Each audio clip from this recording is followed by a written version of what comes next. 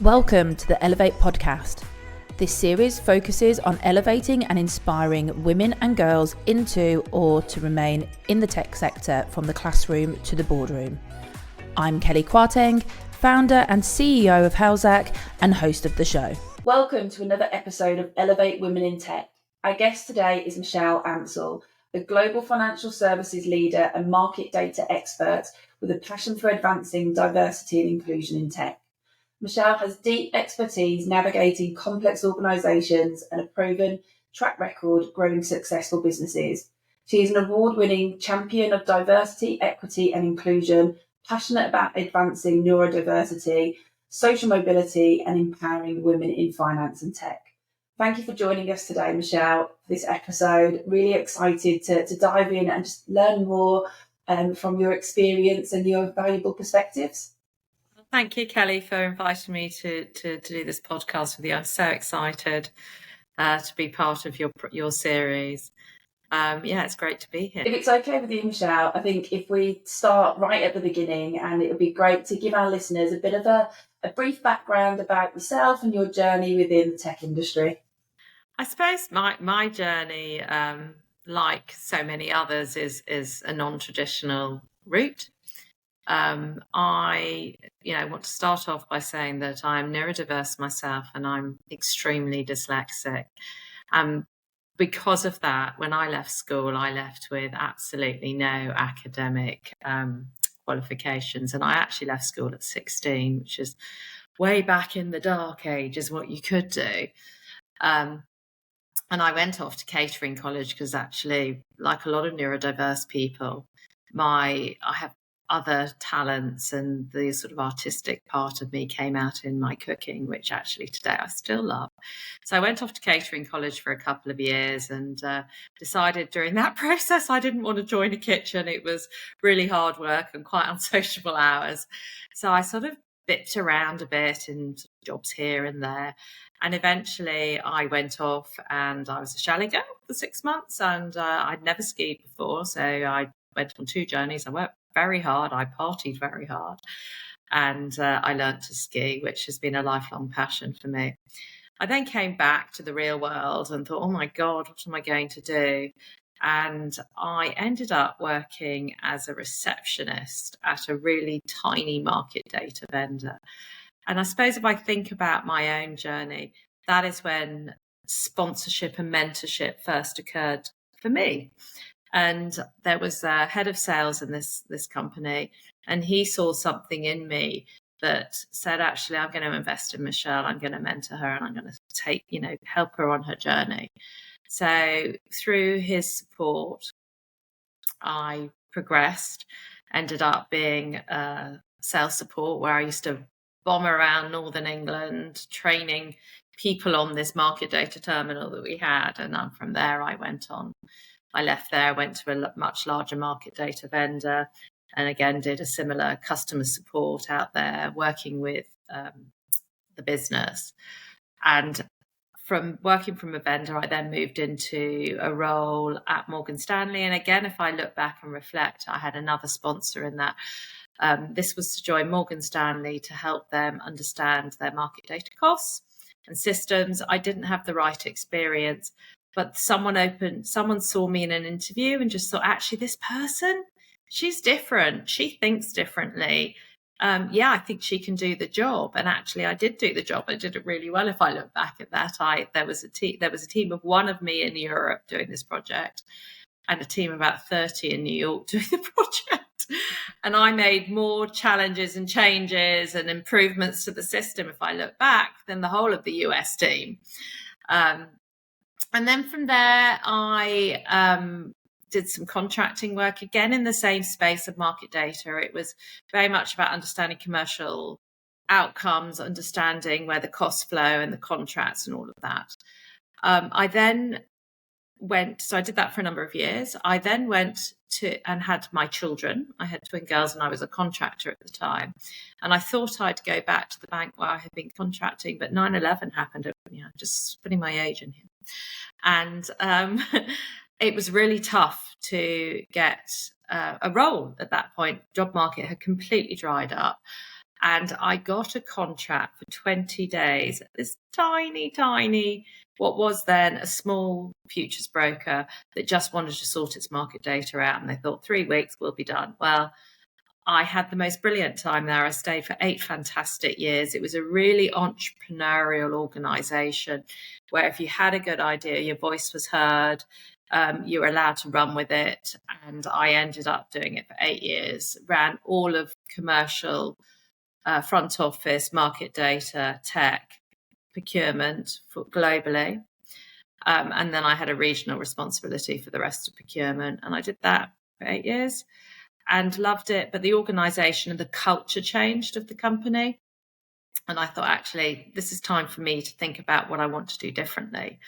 And I thought, oh, well, the models that we've put in place for this organization, we could really leverage these in other firms. Would they want, smaller firms like this?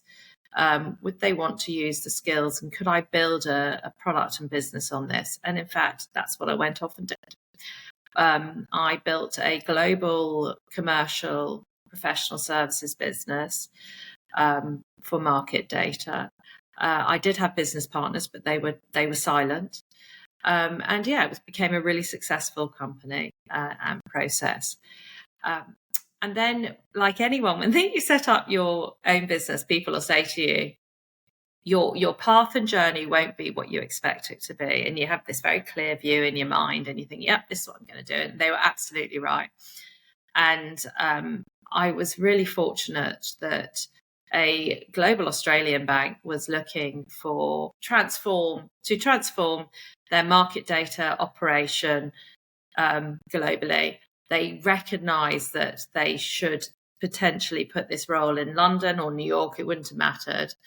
But they wanted to access to peer network. They wanted access to centers of excellence of the vendors. And so they wanted someone who could open those doors for them and also transform their business. And having run this global market data firm, you got to meet everybody because I was out there selling. You got to see best practice in lots of different ways, not in a very linear way. I've worked in 3 places and we did it like this and we did it like that. Actually, you learned to disrupt and think about, what's best for the organization that you're working for. So anyway, I was offered the role, which was very exciting. It was a very silent search. They wanted to, they wanted to place it. And I did that for 3 fantastic years. I changed how the operation worked. It was the first company that I'd worked at where I could, in fact, be myself, truly myself. I was very open about the fact that I don't have any formal qualifications. I was very supported in that. We made a lot of changes. The organization's a real entrepreneurial place. I was a main participant in them setting up their first neurodiverse employment network, and to be able to talk really openly about being dyslexic and not to feel worried about it. So for me, I was at that organization for 5 years in total, and I recently exited there at the end of last year. So where am I today? Well, today I'm doing advisory work. I do a lot of work in the DE&I space, which is where my passion totally is, and how we make the workplace a better place, how we bring young or junior talent on board, and how we think differently and not always go the linear route of who's best for the role and how does best look. So, I've got lots of passions that I'm really excited to be talking about with you today, Kelly. Wow, what an insightful journey, leaving school at 16, going to catering college, and then ending up running global banks, setting up your own business, and sitting where you are today. And it just shows that with the right sponsors behind you, the right mentors, and with the work ethic as well, that actually anything can be achieved. And I'm really excited that, talking about junior talent is something we're going to dive into today. And neurodiversity is kind of the core topics of this conversation. So, thank you, and completely inspired by your journey of your career so far, and excited to see what the future is going to hold as well with the work that you're doing in the D&I space. I've already mentioned that we're going to talk about neurodiversity, and as a neurodivergent woman yourself, obviously you can talk firsthand of how you've experienced this, and I'm sure how you've supported others as well. But for women, and particularly those women that are neurodivergent, so from your experience, what are some of the most common challenges and biases that neurotypical and neurodivergent women encounter when trying to enter into the field? Well, first of all, I think it's really important to understand that neurodiversity for women is not as picked up in education as much as it is for our male counterparts, and that's historic, right? If we think about, there's lots of different types of neurodiversity as well, but if we touch on, the neurodiversity that most people are most familiar with will be dyslexia, ADHD, and autism. So historically, ADHD and autism was only believed to be a male trait and diagnosis. It's only in recent years that women have, there's equal quantities of neurodiversity. In addition, neurodiversity happens people are neurodiverse in all cultures as well. It's not something that is just one culture. It's just how we manage it and how we open the doors for neurodiverse people. So the other challenge that for neurodiverse women is that we're better at masking it ourselves. We have different coping strategies as a female gender and how we move forward with it. So I think the challenges that we have, for me, I know there are certain things that really bother me. And one of them is, I don't think if spell check hadn't come out, I would have the roles that I have had before, right? I just can't spell. I still can't spell certain words. Offices are not necessarily set up for neurodiverse people. If you are sensitive to sound, I know for myself, I can't focus and concentrate if I've got lots of ambient sound. So quiet spaces would support neurodiverse people. Hot desking, if your neurodiverse trait or the person's neurodiverse trait, hot desking is incredibly stressful. If your world is very organized and you like your world to be with boundaries. So there's lots of things that companies can do. And also, I think for me, one of the most important things when we're talking about neurodiversity is the importance of senior leaders being open about their neurodiversity. I've certainly seen organisations where the most senior person that's talking about their own neurodiversity isn't actually that senior. When you get senior leaders that talk about their nieces and their nephews and their children and their friends' children, we don't actually have that many role models. Of course, we're familiar with the Richard Bransons of this world and the Einsteins, but what we need are senior leaders who are, again, very clear and very open about their own neurodiversity and also their needs. So I suppose in summary, we've made strides as organisations and we've made strides as charters and companies, but we've got a long way to go in making it a truly inclusive workplace for neurodiverse people. So there's lots of different things there that you've shared with me today that I wasn't fully aware of, and I'm sure there might be people listening in that may help them or make them realise some of the challenges that they might be facing or others around them. So it's disheartening really to hear about some of those obstacles that people still face even today in I think it's really important to also be clear that one person's autistic requirements or dyslexic requirements may be very different to somebody else's. So for me, I'm a very numerate dyslexic person, right, or neurodiverse person, but somebody else may not be. Yeah. So I know for me, I read vicariously, But for others, being able to access words is in itself a challenge. So I think so many organizations and people make these assumptions that everybody is the same, and we're not. We're all diverse. 100%. And I think it's that whole stereotype thing. If you said to someone, oh, so-and-so has ADHD, or my child's ADHD, instantly they're thinking, oh, this child's really hyperactive, they're, really high energy, when actually that's not always the case. And I think it is, like you said, a bit like when we look at diversity, it's about treating each person as an individual and supporting them with the needs that they need to be the most successful version of themselves in whatever environment that they're in. And I think that's the key thing that people, businesses need to really understand to be able to bring their true and be a truly inclusive environment to support everybody. I think that brings us quite nicely on to the next question, which was around organisations being more inclusive and supportive. Obviously, you've had experience of working with global organisations over a number of years. How do you feel that organisations can be better accommodating? And you've mentioned a couple of these already in the conversation, but how can organisations better accommodate and leverage the unique strengths and perspectives that neurodiversity brings, and to support them, organisations to be more inclusive?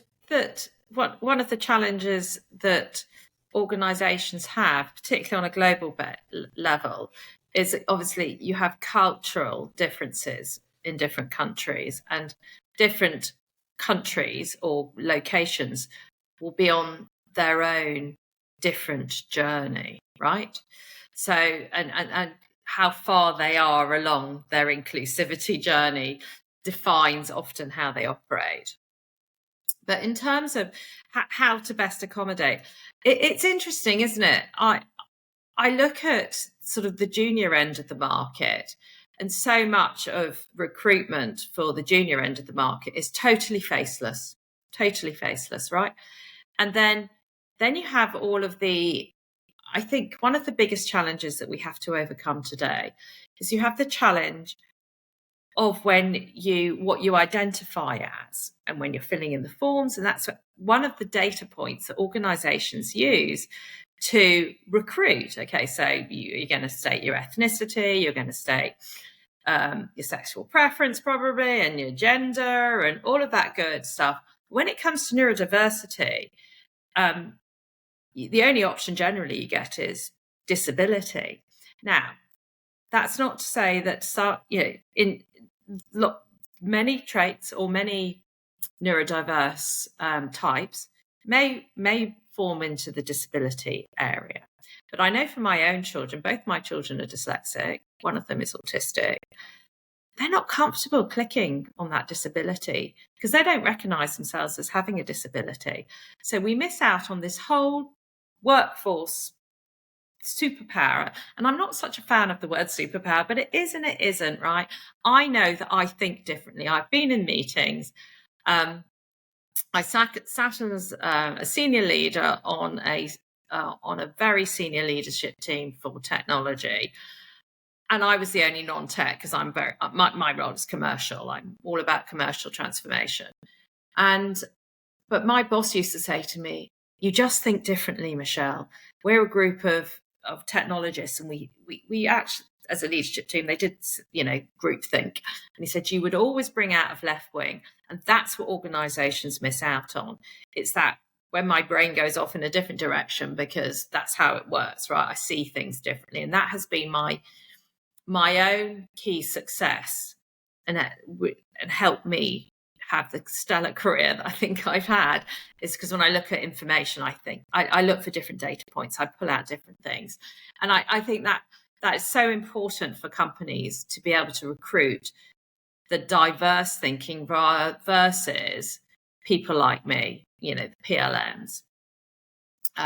So what do I think what we need to do to support diverse neurodivergent people is you need to understand what tools they need. For me, I absolutely need to use spell check, the Chat GPT, oh my God, that has transformed my emails, my writing, the whole thing. If you look at my LinkedIn post 18 months ago, they're completely different, right? It's still my words, but Chats has changed it.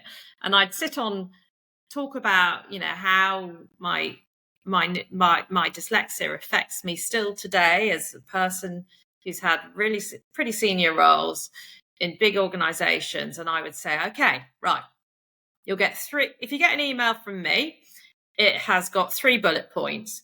Each bullet will be about a sentence. There will be missing words, and there'll always be the its, the ands, the the's, the joining words, which often really make the whole sentence make sense. If you see anything longer than that, you need to think, I have probably spent half a day writing it, because the challenge for me is so hard to just get those kind of words down in a meaningful way. And so Chat has transformed it. It puts in all the missing bits I miss. It changes my grammar. And I can remember a number of years ago being somewhere and someone said, oh God, it's just terrible, Michelle, the way you write. And I would say, well, yeah, I get that, but this is going to the CEO and he is as dyslexic as me. And he never pulls me up because he doesn't see the words are missing either. So it's also, I share. So it's really important to feel that you can share that you are neurodiverse and this is why you might miss those words. And I worked somewhere and we used How to Work With Me scorecards almost. Yeah. And they're brilliant. So mine said, you'll only have 3 sentences. It will always be in bullet points. I will miss the missing words. And I'm best first thing in the morning, which is why it suited me working for an Aussie firm, right? I don't care how I got up. But actually, by the end of the day, bringing my whole self to work, and then the end of the day, having to look at words so much exhausts me. Yeah. And so it's no different if you are perhaps an autistic person and having to smile all day and having to socially interact. It might be exhausting for you. So to share those How to Work With Me best is a brilliant tool that organizations should implement, allowing people the software, allowing people access to chat tools to be able to make their words seem better. And it's embrace why you want the divergent workforce and what you bring to disrupt and improve, and at the end of the day, make organisations better places to work and more profitable. Yeah, 100%. I love that. I love so much that you shared there. Was that a bit long? Sorry, you got me on the soapbox. I think that the How to Work With Me, I mean, so basic, so simple, but so effective. Because like you said, if you want to treat people individually, understand how they work, and then if everybody understands that, then everybody can work together in a much, much more efficient way, and obviously achieve more in the projects that they're working on, everything else. And I think things like that does enable people to bring their whole selves to work on a daily basis. And, the fact in the roles that you've had as senior as you were, being able to be comfortable sharing about yourself and who you are and how you work, I think is so important. Because if we look back at leadership and we look back at the leaders that we've had, I know when I first started my first job, and I've worked in the tech recruitment world now for coming up to 20 years, it was a weakness, so to speak, to show your vulnerability over 20 years ago, because people would think, well, if I tell them that I am this way, whatever that may be, then I'm not the leader, because the leader has to be strong and male and macho and, nothing slips off me. I've got everything covered. But over the years that I've seen in the last 20 years in the jobs that I've done, and I've worked at quite a high corporate level, how that has changed, I think is such a change and such a movement forward. And then for leaders like yourself to step forward and show, actually, this is who I am. This is how I work. This is how you get the best out of me. This is how I'm going to get the best out of you. I think it's just a great place for us to be. And I think that's where the inclusion in organisations that truly want to be inclusive, things like this helps that change come about. So we met about 3 or 4 months ago. No, not even that long. We only met a couple of months ago, didn't we? International Women's Day, March. We're in April. Jesus, it feels like the time's just flying. So we met at a Bank of England event, and we connected in one of their very lovely rooms, and we were talking about the Elevate Leadership Mentor Program, just all what you're about. And then obviously you've experienced in your own career how sponsorship and mentorship has got you to the roles that you've had, and you understand the power that has in supporting and empowering particularly those from underrepresented groups to excel and achieve their best. So could you share some of your thoughts on how companies can foster a culture of mentorship and allyship, if it's something that they don't already have, and what role leaders and allies can play in creating more inclusive and supportive environments for women and neurodivergent individuals within the tech space or within the work environment? Well, so yeah, thinking about this question, I'm going to steal a little tip that someone did at that event at the Bank of England, and I thought it was such a powerful way of delivering it. So I went to ChatGPT and actually got what their statement is, and what Chat says, or GPT says. By embracing mentorship and allyship, companies can create a culture where everyone feels empowered to thrive. Regardless of gender or neurodiversity, leaders and allies play a critical role in driving this cultural shift and creating an environment where diversity is not only accepted, but celebrated and valued. And I just think the only bit it misses out there is obviously it misses out some of the other really important areas like ethnicity and ensuring that, it's truly an inclusive environment. But I do think the most important part is ensuring that sponsorship and mentorship and allyship are given the space. Now, looking back at my own career, I realised that particularly 2 people for me had been sponsors before it was even a word, right? They naturally did it. And I suppose from that, and also who I am, allyship's always been there for me. It's something, and I know that you're going to hopefully do a podcast with my very, very dear friend, Sandy Small-Dewberry at the Bank of England. But I didn't recognise when I met Sandy 20 years ago that I was being an ally, right? I didn't recognise it. But looking back now, yeah, I was her ally. We would go, sometimes she'd ask me to do things with her and I had no idea why, but it was just to be there with her, or to stand up or to question someone's behaviour towards her, because I do that naturally. And we need to always be there doing that kind of support. So I think one of the recent programs that has become, sponsorship and mentorship is, something that I know that you're passionate about.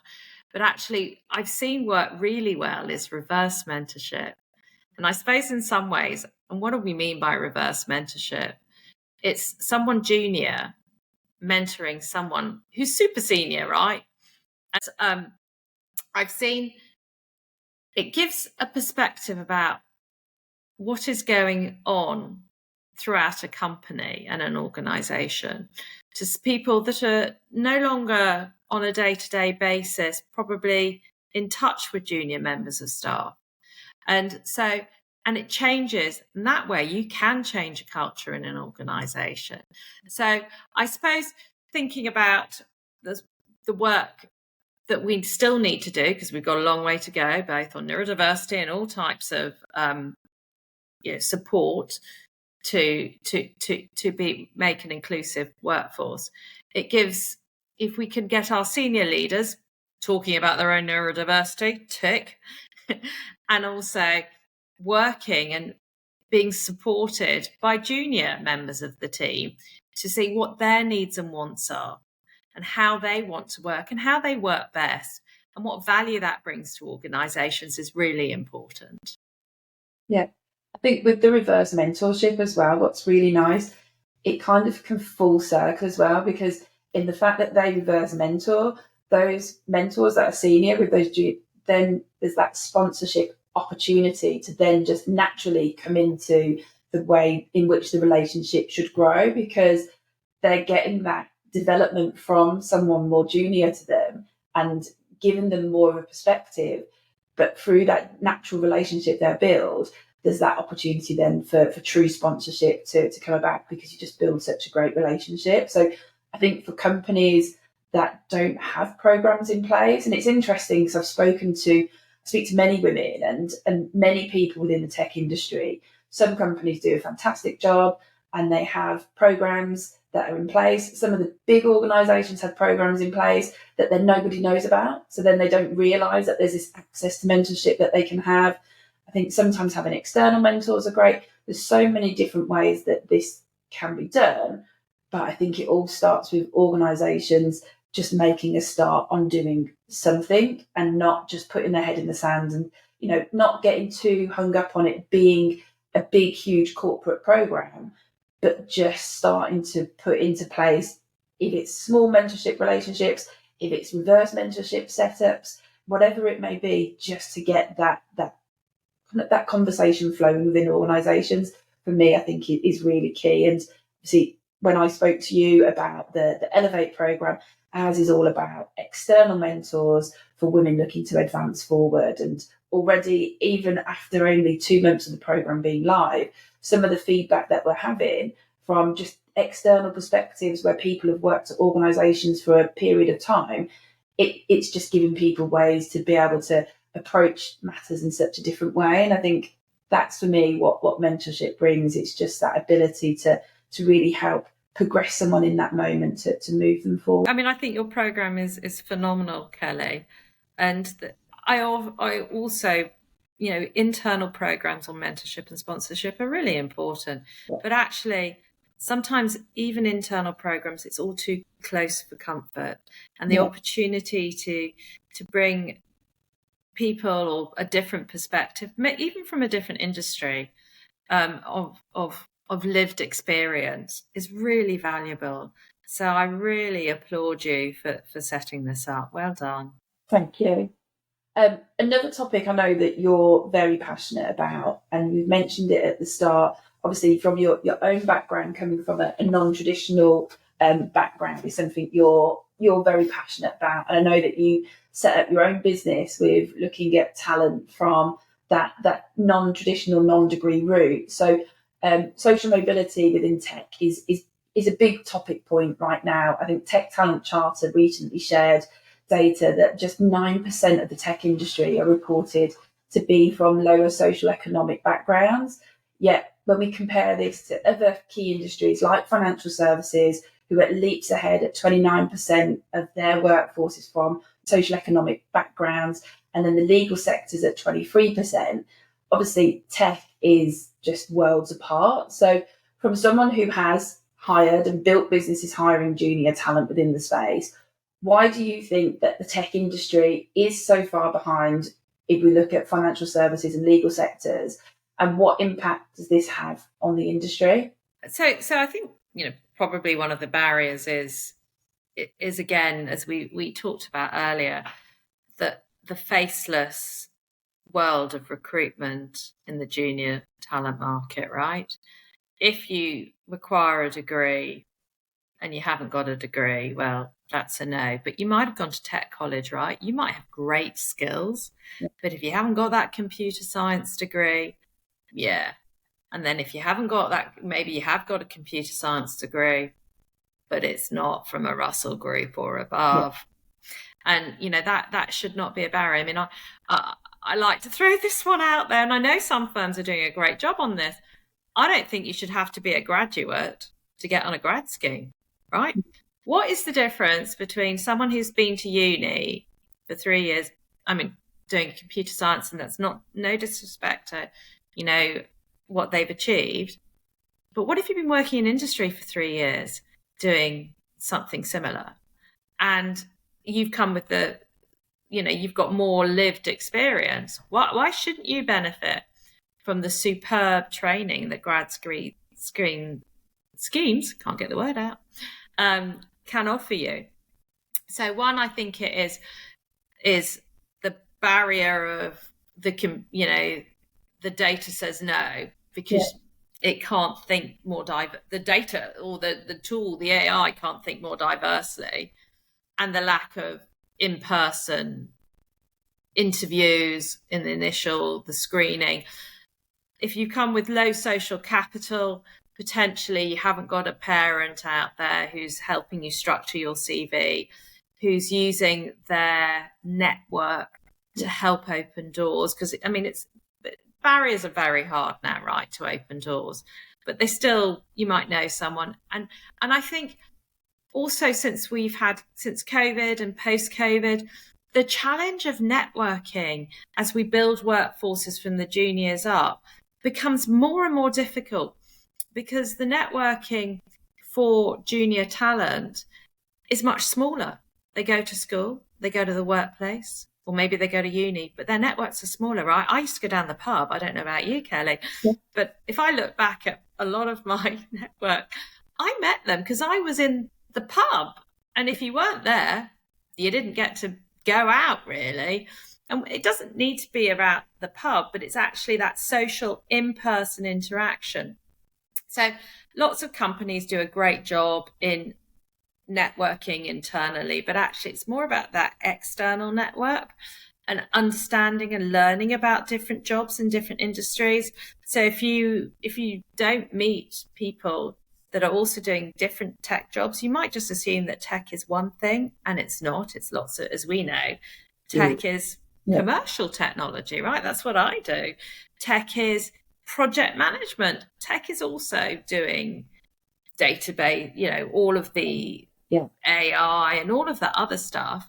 But it's learning about what are the opportunities within those, all cross learning about roles. So how do we encourage that? Well, we have to encourage networking and perhaps learning sessions about what goes on in various different functions in different types of industries. So I think until we fix this problem, I think tech is still going to struggle a little bit, unfortunately. No. And also probably being very female, we'll look at a job spec, and I don't think this has changed, and we need to be more male in our attitude, is we'll look at a job spec, and if we can do 80%, we won't apply, right? As women.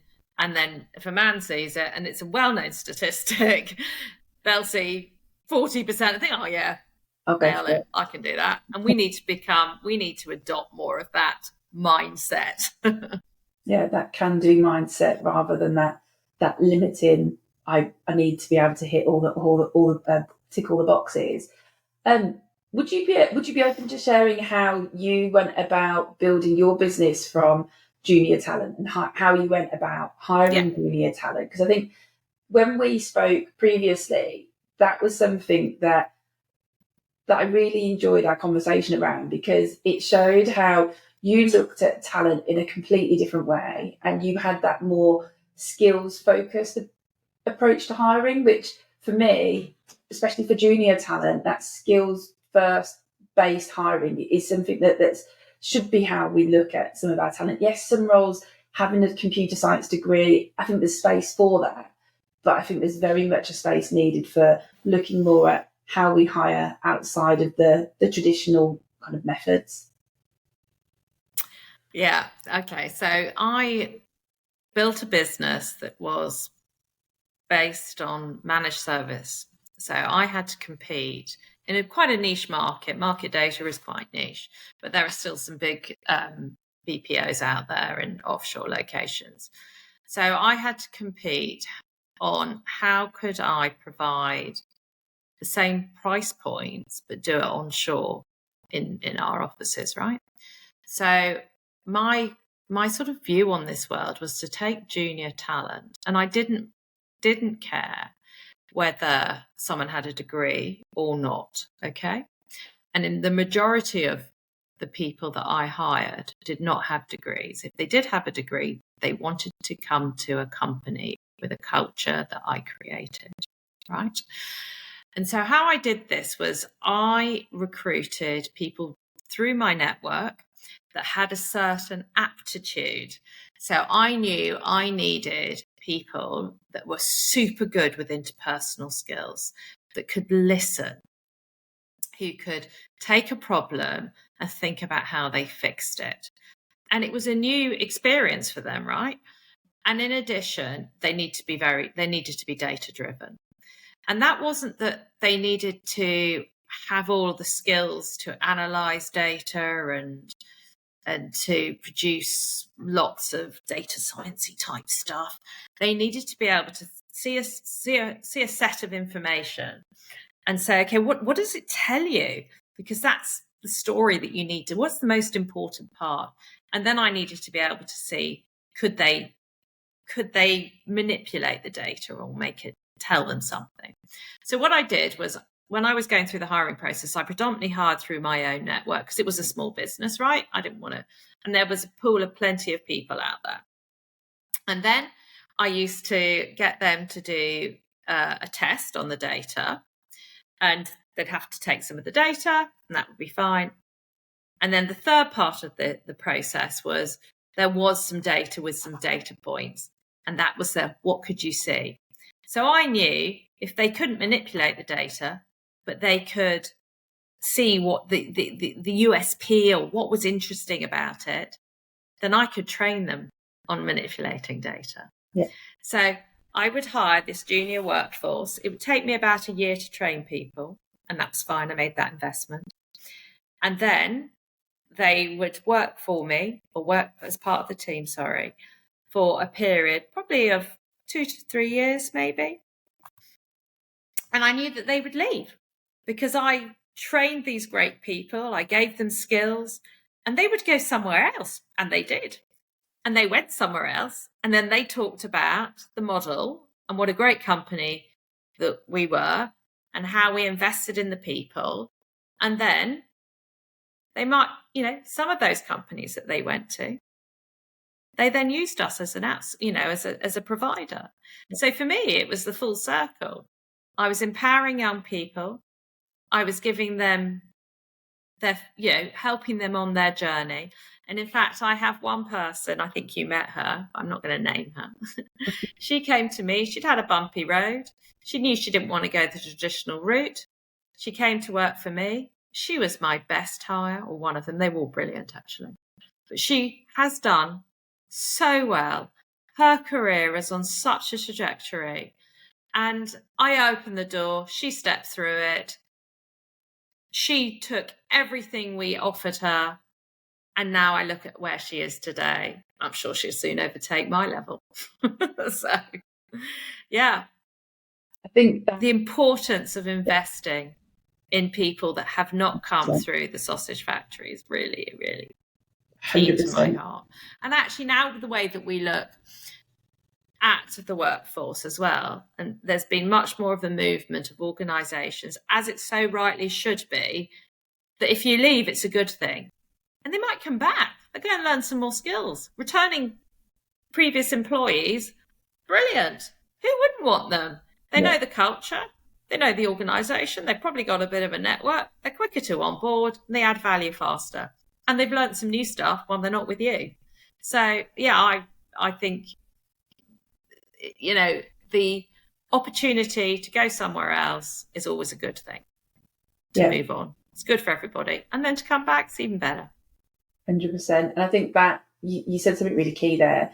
You opened the door. And I think that is where, if tech really want to shift that 9% dial of talent coming from lower social economic backgrounds, opening the door is the first way of being able to do that. And it's not saying lowering the bar, because I think like how you knew the skills that people needed to be able to do the job that you needed them to do, but it was giving that opportunity to find that talent and then welcome them in, invest in them, train them up, and then empower them to go on either in your own organisation or, like you said, to leave, go elsewhere, and then if they come back or they open the door for other things, it's such a key thing. And I think there's a lot of space within tech. Tech moves at such a rapid pace. someone can go to university for 4 years, they get their computer science degree, which is great, and I think it's an amazing achievement. But by the time they leave university, that technology that they were working with is probably out of date. Whereas if you had someone in the workforce that has that natural skill and that natural ability, they've shown the aptitude, the interest to want to put themselves forward and then learn and grow. I think, there's a two-pronged approach for us to be able to really make a change within the industry and bring that diversity in. So I think if we open the door to more talent, we would probably bring a lot more diversity through that door, as opposed to the traditional talent that's coming through the door right now. So yeah, I suppose that's my little added piece that I would add to that in terms of how we might be able to make an impact. Well, certainly for me, actually, just sort of following on from what you've said, having junior talent, I've been in the industry quite a while by the time I set up the business. And I wanted people that thought differently to me. I wanted that diversity of thought. And I embraced it because they did think differently.